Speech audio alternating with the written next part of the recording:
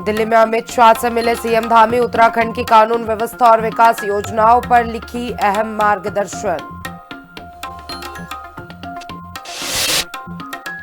पूर्व बीजेपी विधायक सुरेश राठौर की गिरफ्तारी पर कैबिनेट मंत्री खजान दास का बड़ा बयान, कहा इस पूरे प्रकरण से बीजेपी का कोई लेना देना नहीं। पूर्व विधायक के घटनाक्रम और वायरल वीडियो को बताया बेहद अशोभनीय।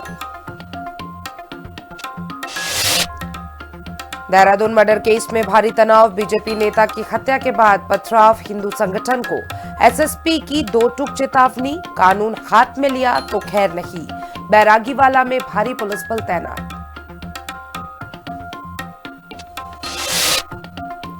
कैची धाम स्थापना दिवस मेले में टूटा दशकों का रिकॉर्ड, बाबा के दर पर उमड़ा आस्था का सैलाब, बना नया इतिहास।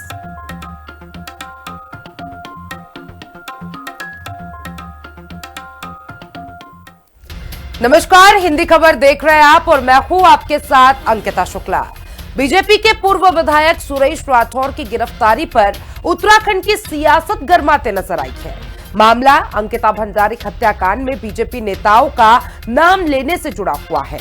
आरोप है कि सुरेश राठौर और अभिनेत्री उर्मिला सनावर ने सोशल मीडिया पर बीजेपी नेताओं की छवि धूमिल करने वाली सामग्री प्रसारित की थी। अब इस सुरेश राठौर की गिरफ्तारी को लेकर कांग्रेस ने धामी सरकार पर निशाना साधा है।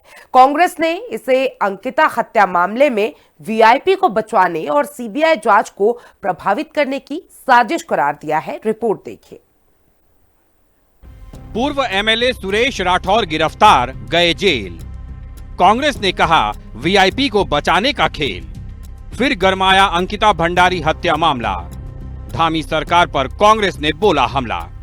बीजेपी के पूर्व विधायक रहे सुरेश राठौर को देहरादून की डालनवाला पुलिस ने गिरफ्तार कर लिया है, जिन्हें कोर्ट के आदेश पर जेल भेज दिया गया है। मामला अंकिता भंडारी हत्याकांड में बीजेपी के प्रदेश प्रभारी दुष्यंत गौतम का नाम लेने से जुड़ा हुआ है। पुलिस ने जांच में एक्सटॉर्शन की धारा बढ़ाई है। मामले में सुरेश राठौर और अभिनेत्री उर्मिला सनावर के खिलाफ हरिद्वार के झबड़ेरा, बहादुराबाद और देहरादून के नेहरू कॉलोनी और डालनवाला थाने में मुकदमा दर्ज किया गया था।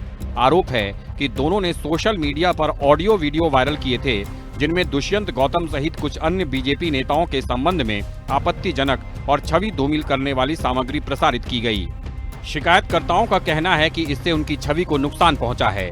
इसी आधार पर कई जगह सुरेश राठौर और उर्मिला सनावर के खिलाफ कानूनी कार्रवाई की मांग कर प्राथमिकी दर्ज कराई गई थी। बीजेपी का कहना है कि इस मामले में कानून अपना काम कर रहा है। वहीं पूर्व विधायक की गिरफ्तारी को लेकर कांग्रेस ने कहा है कि ये इस मामले में लीपापोती करने की तैयारी है। पूर्व विधायक और उर्मिला सनावर पर साजिश का ठीकरा फोड़कर मामले को रफा दफा करने और सीबीआई जांच को प्रभावित करने की साजिश की जा रही है, जिससे अंकिता कांड के वीआईपी की सच्चाई सामने न आ सके। देखिए, प्रकरण बहुत लंबा है और इसमें भारतीय जनता पार्टी का कोई कसूर नहीं, किसी प्रकार का कोई लेना देना नहीं। कानून अपनी कार्रवाई कर रहा है और जो पिक्चर सामने आई है वो अत्यंत ही अशोभनीय थी और इसको लेकर के हमारे जो संगठन के बहुत ही वरिष्ठ नेता हैं, भारतीय जनता पार्टी के राष्ट्रीय महामंत्री हैं, उत्तराखंड के प्रभारी माननीय श्रीमान दुष्यंत गौतम जी ने रिपोर्ट दर्ज करवाई थी और उसके ही अनुरूप ये कार्रवाई की गई। जिस प्रकार से एक बिल्कुल स्ट्रेंज आदमी ने सीबीआई की एफआईआर लिखाई थी, उसी के आधार पर सीबीआई जांच के आदेश हुए और अब ये संदेश जनता के बीच में स्पष्ट जा रहा है कि सुरेश राठौर की जो गिरफ्तारी है कहीं ना कहीं मामले को रफा दफा करने की है और जो गट्टू है, मुख्य वीआईपी जो है, जिसको कि जनता सर्वविदित वीआईपी है, उसको बचाने की साजिश को अंजाम देने के लिए ये गिरफ्तारी की गई है। क्योंकि अभी तक जो मुख्य वीआईपी है, जो सर्वविदित है कि वीआईपी कौन है, जिसका नाम उर्मिला सनावर ने लिया और सुरेश राठौर ने लिया है, गौतम, उसको बचाने के लिए ही ये सब गिरफ्तारियों का ढोंग किया जा रहा है। अभिनेत्री उर्मिला सनावर और सुरेश राठौर के वायरल ऑडियो में अंकिता मामले में बीजेपी के प्रदेश प्रभारी दुष्यंत गौतम का नाम सामने आने के बाद सियासी भूचाल मच गया था। इस मामले में जबरदस्त विरोध प्रदर्शन को देखते हुए सीएम पुष्कर सिंह धामी ने इस साल जनवरी में सीबीआई जांच की संस्तुति की थी, जिस पर इस प्रकरण की सीबीआई जांच गतिमान है। हालांकि सीबीआई जांच की धीमी प्रगति पर कांग्रेस लगातार सवाल उठाती रही है। इस बीच पूर्व विधायक सुरेश राठौर की गिरफ्तारी से मामला फिर गर्मा गया है। कांग्रेस इसे वीआईपी को बचाने और सीबीआई जांच को प्रभावित करने की साजिश बता रही है। अब देखना होगा कि सुरेश राठौर की गिरफ्तारी के बाद अंकिता मामले में कथित वीआईपी का राज खुलता है या कांग्रेस के आरोप सही साबित होते हैं। देहरादून से संवाददाता शुभांगी भट्ट और दीपिका भंडारी के साथ ब्यूरो रिपोर्ट, हिंदी खबर।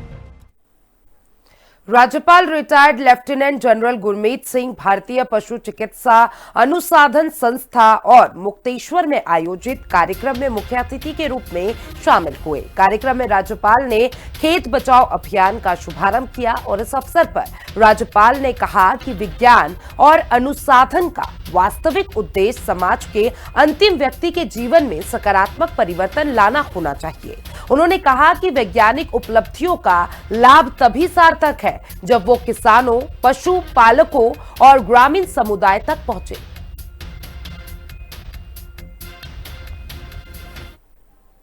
और राज्य के मुख्य निर्वाचन अधिकारी और भारत निर्वाचन आयोग के उप निर्वाचन आयुक्त ने संयुक्त रूप से एसआईआर अभियान की समीक्षा की और इस दौरान सभी जिलों के डीएम के साथ वीडियो कॉन्फ्रेंस कर अभियान में गणना फॉर्म वितरण की समीक्षा की। बैठक में मुख्य निर्वाचन अधिकारी ने निर्देश दिए कि सभी जिलों में फॉर्म वितरण का काम 100% तय समय सीमा में किया जाए। उन्होंने निर्देश दिया कि जिन जिलों में फॉर्म वितरण का काम लगभग पूरा हो चुका है, वे जिले अब फॉर्म डिजिटाइजेशन पर ध्यान दें।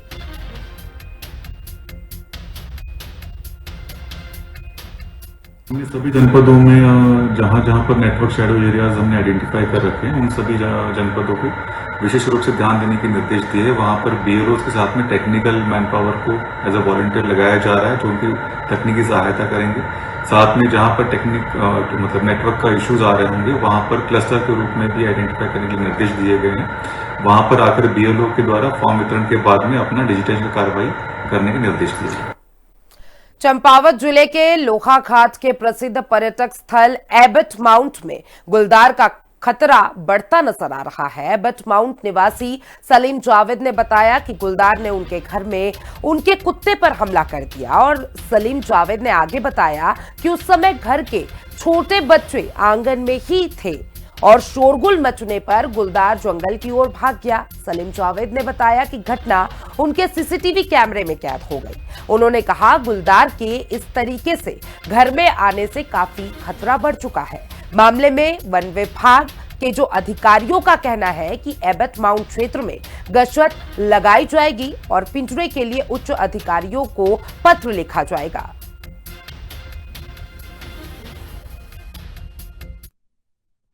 लगभग रात के 9 बजे थे। आजकल 9 बजे माने कुछ ज़्यादा टाइम नहीं होता है, तो जिस तरह से दुकान मेरी 9 बजे बंद होती है, तो मैं घर पे आया तो उसके 5 मिनट बाद जो है पैंथर ऊपर छत पे आ गया। कुत्ता भी वहीं पर बैठा हुआ था और इतनी रोशनी में निडर होके बिल्कुल उसको कोई परवाही नहीं किसी चीज़ की, और सीधे कुत्ते के ऊपर उसने अटैक किया। कुत्ते ने जंप ली नीचे आंगन पे और वो फिर आगे से चक्कर मार के आंगन पे आया। कुत्ता भी मतलब जो है उससे लड़ने के लिए तैयार हो गया था। इतने में मुझे पता चला कि यार ऊपर सीसी कैमरे में कुछ हलचल हो रही है, तो मैं बाहर निकला। मेरे जाते ही पैंथर जो है कुत्ते को छोड़कर निकल गया, भाग गया वो। देहरादून के प्रेमनगर क्षेत्र के पीताम्बरपुर में देर रात उस समय हड़कंप मच गया जब एक रॉयल एनफील्ड बुलेट में सांप घुसने की सूचना मिली। मौके पर पहुंचे स्नेक रेस्क्यूअर ने काफी देर तक जांच की, लेकिन शुरुआत में सांप का पता नहीं चल सका। बाद में जब बाइक के एयर फिल्टर को खोला गया तो उसके अंदर से एक जहरीला इंडियन कोबरा छिपा हुआ मिला। रेस्क्यूअर ने सावधानी पूर्वक कोबरा को बाहर निकालकर सुरक्षित स्थान पर छोड़ दिया। विशेषज्ञों ने लोगों से अपील की है कि ऐसे मामलों में घबराने के बजाय प्रशिक्षित रेस्क्यूअर की मदद ली जाए। चमोली के कर्णप्रयाग में एक स्कूटी की टक्कर के बाद हेमकुंड साहिब के यात्रियों और स्थानीय लोगों में कहासुनी हो गई। मामला तब ज्यादा बिगड़ गया जब सिख समुदाय के कुछ यात्रियों ने तलवार निकालकर 5 लोगों को घायल कर दिया। घायलों में से 4 लोगों का इलाज उप अस्पताल कर्णप्रयाग में जारी है, जबकि एक गंभीर रूप से घायल बताया जा रहा है, जिसे हेलीकॉप्टर से हायर सेंटर भेज दिया गया है। घटना के बाद गुस्साए लोगों ने कर्णप्रयाग मुख्य यात्रा राष्ट्रीय राजमार्ग पर जाम लगा दिया और सूचना मिलते ही डीएम और पुलिस अधीक्षक मौके पर पहुंचे। अधिकारियों ने स्थानीय लोगों से बातचीत कर यातायात बहाल कराया और जिलाधिकारी ने कहा कि घटना के दोषियों पर सख्त कार्रवाई होगी।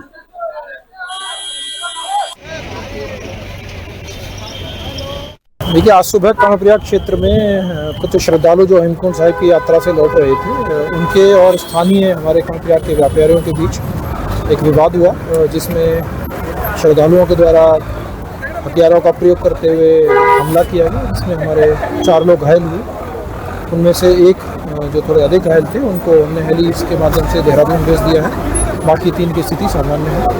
साथ ही जो 4 लोग थे, उनको तत्काल कार्रवाई करते हुए यहाँ के लोगों के द्वारा और पुलिस के द्वारा उनको पकड़ के उनके खिलाफ विधिक कार्रवाई, कठोरतम विधिक कार्रवाई गतिमान है। आज ये बड़ी दुखद घटना हुई, जिसमें कुछ निहंग और कुछ स्थानीय व्यापारियों के बीच में कुछ पार्किंग के नाम पे कुछ विवाद हुआ। बढ़ते बढ़ते हथियारों के प्रयोग पे चला गया और इसमें लोग आक्रोशित थे, तो उसके कारण कुछ ट्रैफिक यहाँ पर बाधित हुआ, जिसमें मेरे द्वारा और डीएम साहब से लोगों की बात को सुना गया, उनके आक्रोश को शांत किया गया और अभी ट्रैफिक सुचारू हो गया है। हमने गढ़वाल के सभी जनपदों से इस मामले में बात कर ली थी और ट्रैफिक को जहाँ पर भी होल्ड करना था वहाँ होल्ड किया गया था।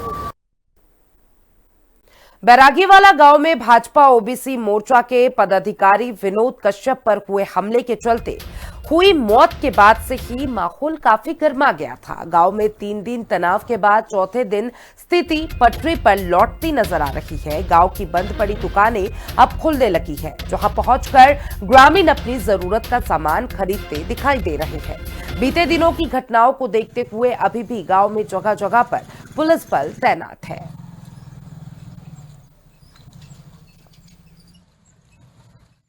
गांव में पूरी शांति है और दोनों समुदाय के लोग जो हैं अपनी दैनिक दिनचर्या को नियमित रूप से कर रहे हैं। पर्याप्त पुलिस बल जो है पूरे गांव में डिप्लॉय किया गया है, जिसमें सैनिक बनते हैं और हमारे स्थानीय पुलिस, और अभी तक वो स्थिति पूरी है। और मुझे शीघ्र आशा है कि हम जो है इसको जल्द ही सामान्य स्थिति में लाने की ओर अग्रसर हो रहे हैं। विशेष के लोग लगातार गांव में रहे, कुछ लोग जो चले गए थे वो लौट आए हैं और वो उनके द्वारा अपने जितने भी कार्य हैं वो अपने गांव में किए जा रहे हैं। आप आगे स्वयं देख भी सकते हैं इस चीज को। विश्व प्रसिद्ध यमुनोत्री धाम यात्रा में श्रद्धालुओं की संख्या में हल्की गिरावट के बावजूद भक्तों के उत्साह और आस्था में कोई कमी नहीं आई है। मां यमुना के दर्शन के लिए देश विदेश से श्रद्धालुओं का लगातार आना जारी है।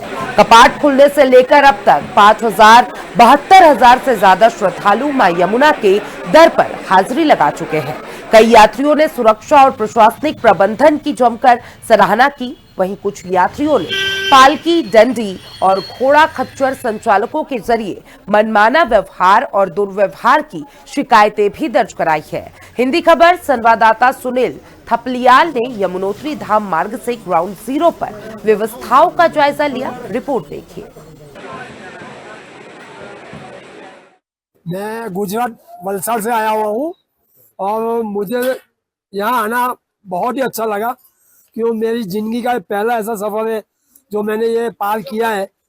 तो मैं सोच रहा हूँ मेरा 4 धाम में से 1 धाम हो गया है, बाकी 3 धाम भी ऐसे शांतिपूर्ण हो जाए, वही मेरी माता जी से और महादेव से प्रार्थना है। ये हिंदू धर्म का पुनर्जागरण काल चल रहा है, नव पुनर्जागरण काल चल रहा है। एक काल चला था स्वामी विवेकानंद के युग में, पहले स्थापना हुई थी आदि शंकराचार्य जी के द्वारा, जो कि बड़ी दुरूह यात्रा उन्होंने करी होगी और 32 साल की आयु में उन्होंने ये सारे धामों की स्थापना करके जो थे अल्प आयु में उन्होंने इसके लिए हिंदू धर्म की पताका फहराई पूरे हिंदुस्तान में। उसी का केवल एक अनुगमन कर रहे हैं उस पथ का। हम कैसा लगा आपको? बहुत अच्छा। दर्शन कैसे हुए? दर्शन बहुत अच्छे हुए। पहले कभी आए थे? पहले 2013 में आए थे। अब कितना चेंज मिला आपको? पहले से व्यवस्था सब लोग आए हैं, सब लोग अपना दर्शन कर रहे हैं अच्छे से बहुत अच्छा है। और पैदल चलना चाहिए ज़्यादा से ज़्यादा, कैसे अपाहिज लोग दर्शन करने आ जाते हैं। हम लोग तो अच्छे स्वस्थ हैं शरीर से, इसलिए मैं पैदल ही आई हूँ, पैदल ही जा रही हूँ नीचे को। मुझे भी प्रॉब्लम है हालांकि, लेकिन अच्छा सबसे यही है कि धीरे धीरे सब अपना आए सब लोग और दर्शन जरूर करें अपने तीर्थ स्थानों को। कम से कम भारत के सारे तीर्थ स्थान का दर्शन जरूर करना चाहिए, बहुत है भारत में हमारे। यमुनोत्री यात्रा में लगातार श्रद्धालुओं के आने का सिलसिला जारी है और यमुनोत्री धाम पहुंच करके जब श्रद्धालु मां यमुना के दर्शन करता है, गर्म कुंड में स्नान करता है, तो उसको लगता है कि मेरे हिस्से का स्वर्ग यही है। काफी संख्या में श्रद्धालु हर रोज मां यमुना के दर्शन के लिए पहुंच रहे हैं और कुछ श्रद्धालु हमारे बीच में भी है। उनसे हम जानेंगे कि यहाँ पहुंचकर, यमुनोत्री पहुंच करके उनको कैसी अनुभूति हुई। सर, आपका नाम क्या है और कहाँ से हैं आप? मेरा नाम है राहुल अग्रवाल, मैं हूँ जिला सीपी से, MP मध्य प्रदेश। कैसा आपको यहाँ पे यमुनोत्री धाम आप आए हैं तो कैसा आपको अनुभूति हुई है? बहुत अच्छा लग रहा है यहाँ पर आके, अच्छे दर्शन भी हुई, भीड़ भी अच्छी नॉर्मल भीड़ थी आज। अच्छा, और भी हैं, आप भी यमुनोत्री दर्शन करने आए थे तो कैसे आपको लगा? बहुत अच्छा लगा, मैं अपने पूरे परिवार के साथ यहाँ पे आया हूँ। दादाजी सब वगैरह आए हैं, पापा मम्मी वगैरह, सबको यात्रा की, सबने स्नान किया, दर्शन किए, अच्छा लगा। बिल्कुल, परिवार के साथ जो है यमुनोत्री दर्शन करने के लिए पहुंचे। जी कुछ कह रहे थे? ये कह रहे हैं पालकी वाले कुछ रेट तय कर लेते हैं और फिर बाद में बिठाने के बाद फिर पैसे उल्टे सीधे मांगते हैं। यहाँ पर पालकी वालों के लिए कोई व्यवस्था नहीं है। अच्छा, ऐसा आपके साथ हुआ है? हमारे साथ हुआ है ना, आज हमसे 8600 रुपये में बात कर ली थी और फिर बिठाने के बाद कुछ लोगों को आगे, 2-3 लोगों को आगे लेके निकल गए, फिर हमसे 10,000 रुपये मांग रहे थे। तो आपने क्या वो पैसे दिए? हमने पैसे नहीं दिए, फिर मजबूरन कुछ देना पड़ा उनको पैसे, कि हम जल्दी में थे उस टाइम, थोड़ी बारिश भी हो रही थी, बूढ़े आदमी थे, उस चक्कर में पहले बिठा लिए, फिर कह रहे हम नहीं ले पाएंगे, पैसे ज्यादा चाहिए हमको।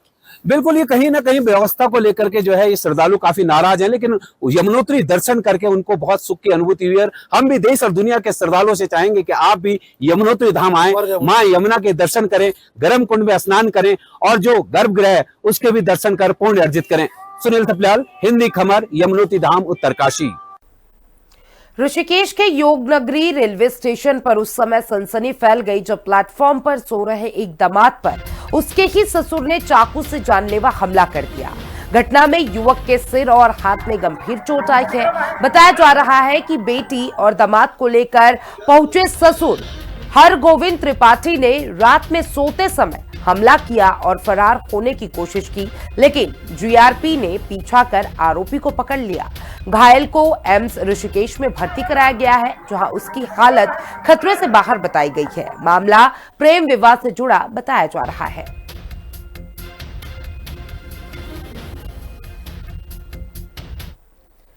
टेहरी पुलिस की तत्परता और साहस का एक और उदाहरण सामने आया है।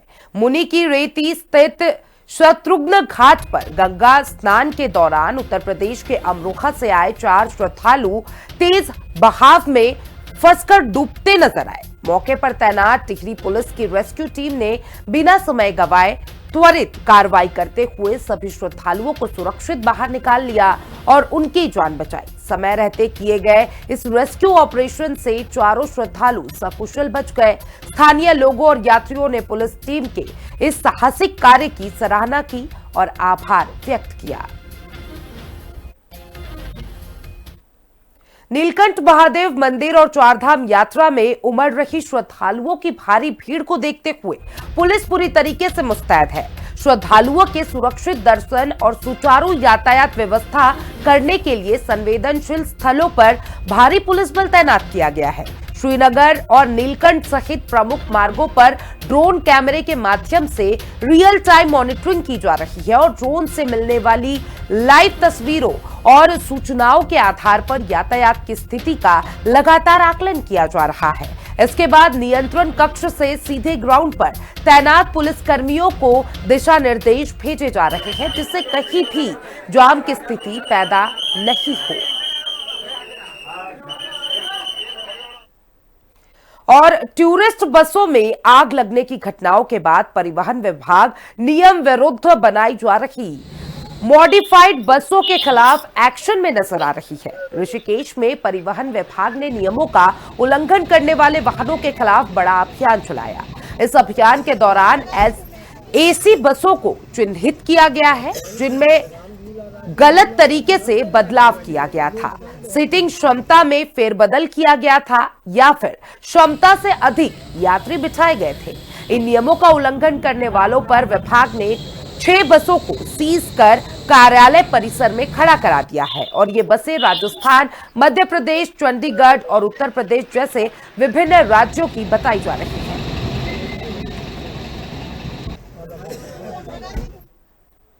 और फिलहाल मेरे साथ उत्तराखंड में बस इतना ही। देश और दुनिया के तमाम अपडेट्स के लिए देखते रहिए हिंदी खबर।